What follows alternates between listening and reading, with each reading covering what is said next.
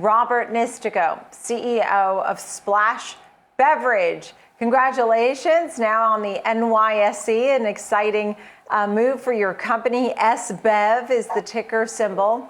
Why now? What do we need to know about Splash Beverage? Good morning, Nicole, and thank you for having us on the program. We're very excited to be here and also, of course, to uplist to a national exchange. It's been quite a ride. Really, Splash, we believe, is perfectly positioned to capitalize on the exciting space of beverage. Everybody understands it. They love it. You see tremendous deals out there with celebrity brands like George Clooney, exiting Casamigos. That's the space we play in. And the neat thing about beverage, and a lot of people forget this, is when you talk about valuation and you talk about brand exits, you're exiting on top line revenue and a nice multiple instead of a multiple on EBITDA. So once you get past the very, very arduous build time of a beverage company like this, you're playing in a really exciting space for tremendous cash events for our shareholders. I mean, this exciting space is an understatement. I think I know that you love this. You came from Red Bull. You're, fully immersed. Brand awareness is something that you focus on. As I'm reading through, I'm seeing some different things as salt, naturally flavored Blanco, agave, tequila offered in citrus and berry. And there's you have non-alcoholic and alcoholic beverages. How do you then try and get the right products out to the right places, and where do you see more demand? Yeah, that's a really great point. And one of the reasons we structured this as a portfolio company is to dilute risk. A great example being when the pandemic started, the on-premise channel, the bar, restaurant, and hotel channel was decimated. We all knew this. We couldn't go to restaurants and bars. So we focused our tequila in the off-premise segment. So it's really a tremendous thing. And we also have great efficiencies across the portfolio. We buy bottles from the same manufacturer, labels from the same manufacturer. So we have the opportunity to really stabilize the organization and grow. And when you talk specifically about salt naturally flavored tequila, we really try and to have offerings for things that are on trend. Imagine what flavor did for vodka back in the day, and then rum, and then now even brown spirits. Well, no one had done it for tequila, really. There were one or two small offerings. We're the first one to have 100% agave, 80 proof flavored tequila, which is right on trend. So we're running downhill with the wind at our backs on that product.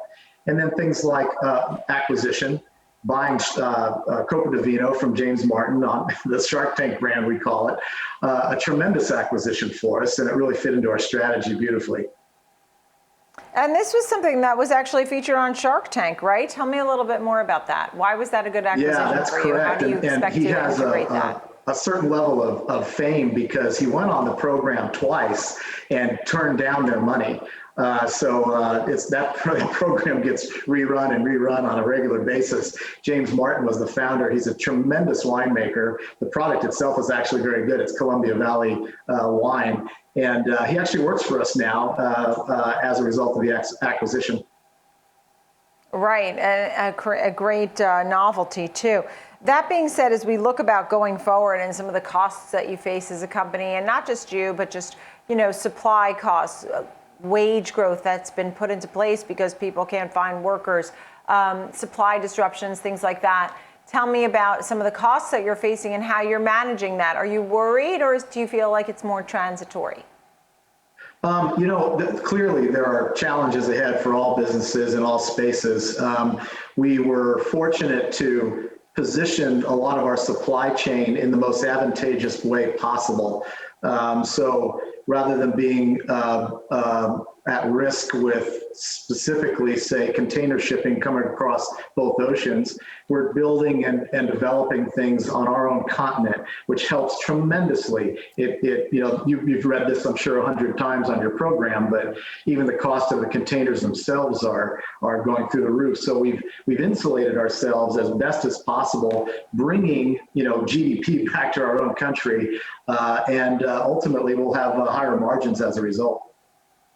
Yeah, absolutely. And the Copa Di Vino is wine by the glass, and it's very recognizable, and people understand it and know it. And I think you make a great point about the flavored tequilas, as tequila really has been more popular of late. I've seen it myself over the last couple of years, that vodka was sort of the cool drink, and then it became tequila, or at least here in New York.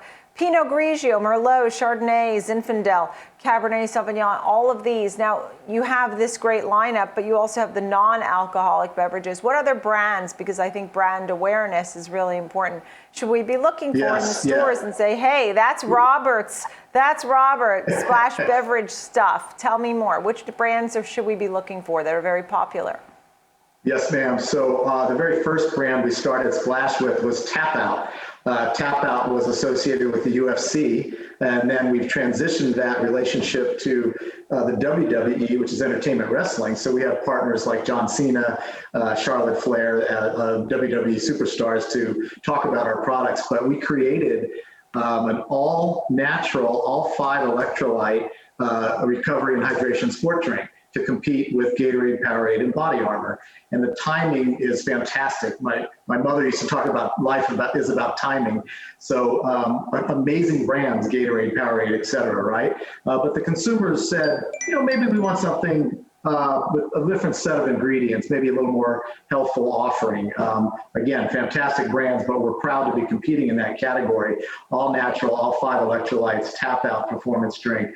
We're rolling that right now throughout the country with significant retail support and fantastic distributor support. And I will say this one last thing, Nicole. Most beverage companies, I think, or people who get into the space underestimate the importance and the difficulties of distribution. It's one of the things we do the best. Right. It's great to chat with you, and good luck with this. SBEV is the ticker symbol, folks. You can keep an eye on that. Robert Nistico, thank you so much, founder and CEO of Splash Beverage.